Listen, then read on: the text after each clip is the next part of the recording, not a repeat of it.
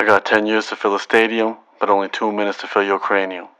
Humble the poet, signing in. So when you're in a crowded apartment and you can't find a place to shoot your video, what better place than the room of the girl who never sleeps?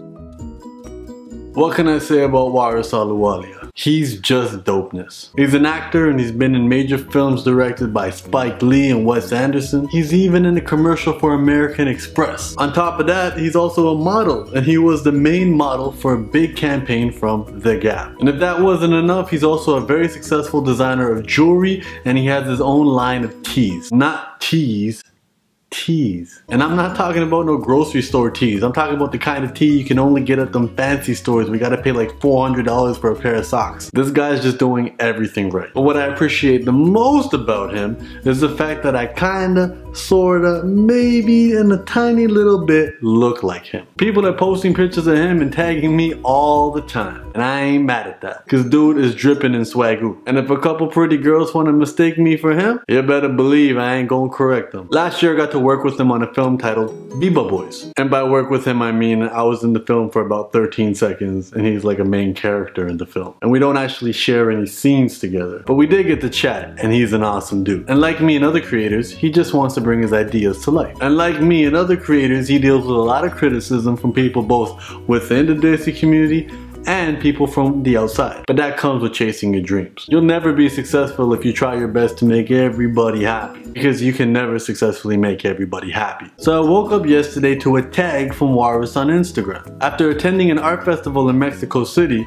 he was not allowed to board a flight home to New York to be a part of the New York Fashion Week festivities. Well, humble, why wouldn't they let him on the plane? After all, you said so many wonderful things about him. Well, my handsome friends, it's because they said he couldn't wear his turban on the plane. What's it with airports and letting you leave their country? If they don't like you, shouldn't they be in a rush to get you out? Now, I just dropped my video about my racist experience at the airport in Trinidad. And I told myself I ain't making no more videos about racism. I'm not talking about airlines and airports no more. But then this happens less than a week later. And the problem is this isn't an isolated incident. A few weeks back in Chicago, my brother-in-law was told he had to take off his turban in order for security to inspect him. A few years back, me and Signals were pulled out of the plane and frisked again. They pulled us out of the plane, dog. Let me make this clear. This is not randomly screened at airport security. This is being inside the plane, told to get up and get out of the plane, and while we are outside the door of the plane,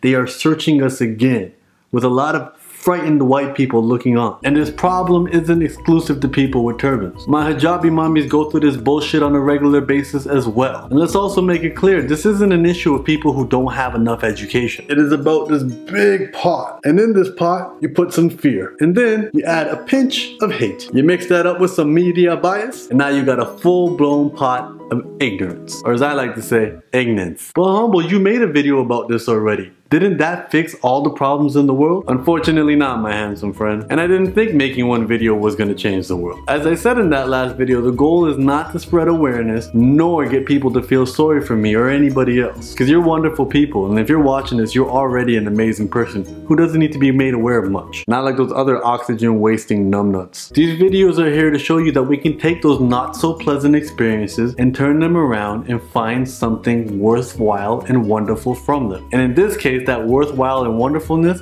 is the ability to empower yourself and others. Now, the airline that's not letting Waris get on the plane is called Aero Mexico. And you can let them know that this isn't cool, because your collective voice is much more powerful than any video I or anybody else can make. You can let them know with your Twitter fingers through social media, or more importantly, with your wallet. And this can be applied to any company you're not happy with. Money talks, and taking your money elsewhere is a loud message to send to these companies who think they can get away with this bullshit. And it doesn't always have to be race related either. In 2012, a fast food company by the name of Chick-fil-A was donating money to a lot of groups that were against marriage equality. There was a backlash and a boycott. And eventually Chick-fil-A magically opened their mind and decided they were no longer gonna fund such groups. Open mind my ass. They wasn't making money no more, so they had to go ahead and change their ways. As of right now, while I'm shooting this video, Waris is still stuck in Mexico, but he is standing up for himself. And that is one more reason to admire him. But I want the rest of us to find strength in his actions as well, so we can stand up for ourselves and others. As Zainab Salbi says, no change can come if those who are impacted the most by discrimination are not willing to stand up for themselves. In a perfect world, our human rights would be guaranteed and protected by others. But we don't live in a perfect world, and nobody can stand up for us more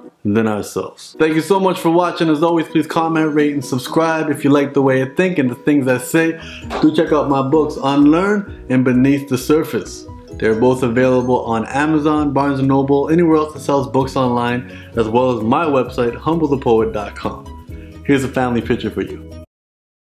I drop videos on the regular, so please make sure you subscribe, and in addition to subscribing, hit the notification button. So if you're on the computer, it's a little gear on my channel, and if you're on your phone, it's a little bell. Hit that and you'll never miss a video. Please share this with somebody you care about and somebody that you don't. Let's spread the word, and hopefully by the time this video drops, Waris is already safe and sound back home in New York enjoying Fashion Week. I appreciate the time you took to watch this video. Much love.